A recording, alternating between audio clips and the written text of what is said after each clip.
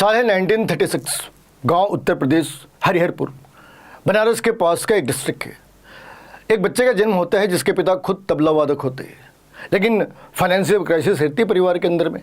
लेकिन बच्चा 3 साल का बच्चा सुबह 4 बजे उठ के अपने पिता के साथ संगीत साधना करते और 6-7 साल ऐसे चलने के बाद उसे बिहार के मुजफ्फरपुर में भेज दिया जाता। संगीत की ट्रेनिंग लेकर जब वो वापस आता है तो अपने गाँव के मंदिर आसपास के प्रोग्राम उनमें जाते हैं और उस धीरे धीरे वो बच्चा ऑल इंडिया रेडियो तक पहुंच जाता। उसका दूरदर्शन, उसके बाद संगीत कला अकेडमी, फिर 2020 में उसे पद्म विभूषण भी मिल जाते हैं। क्या नाम था बच्चे का? बच्चे का नाम है पंडित छन्नूलाल मिश्रा। तो पंडित जी 100 से ज़्यादा क्लासिकल और सेमी क्लासिकल रागों के ज्ञाता थे। अकेले ठुमरी ये 11 तरीकों से गाते थे।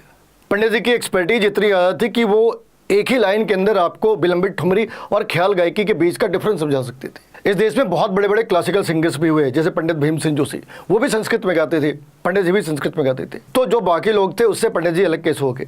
ऐसे अलग हो गए कि बाकी लोगों ने खुद को क्लासिकल और सेमी क्लासिकल तक कन्फाइन करा, लेकिन पंडित जी ने उसमें लोक संगीत, लोक गानों को भी यूज करा। तो जो गायकी जनमानस के बीच पॉपुलर थी, पंडित जी ने उन गायकी को भी अपनी गायकी में स्थान दिया। पंडित जी ने पहली बार सोहर, जो एक लोक गायकी है, उस लोक गायकी को वेद की ऋचाओं के साथ जोड़कर दिखाया। उन्होंने पहली बार बताया कि जो वेद की ऋचाएं गाने की कला है, जो वेद की ऋचाओं को गाने का जो धुन है, जो स्वर है, वो धुन, वो राग कहाँ से आई? वो राग आई हमारी पारंपरिक सोहर से, जो बच्चे के जन्म के बाद गाया जाता। तो ये जो अंतर्दृष्टि थी, ये जो चीज़ों को देखने का अंदाज था, वो पंडित जी का अलग था। पंडित जी की पूरी लाइफ जिस एक कॉन्सेप्ट के चारों तरफ घूमती थी, वो थी प्रोपगेशन ऑफ कल्चरल हेरिटेज।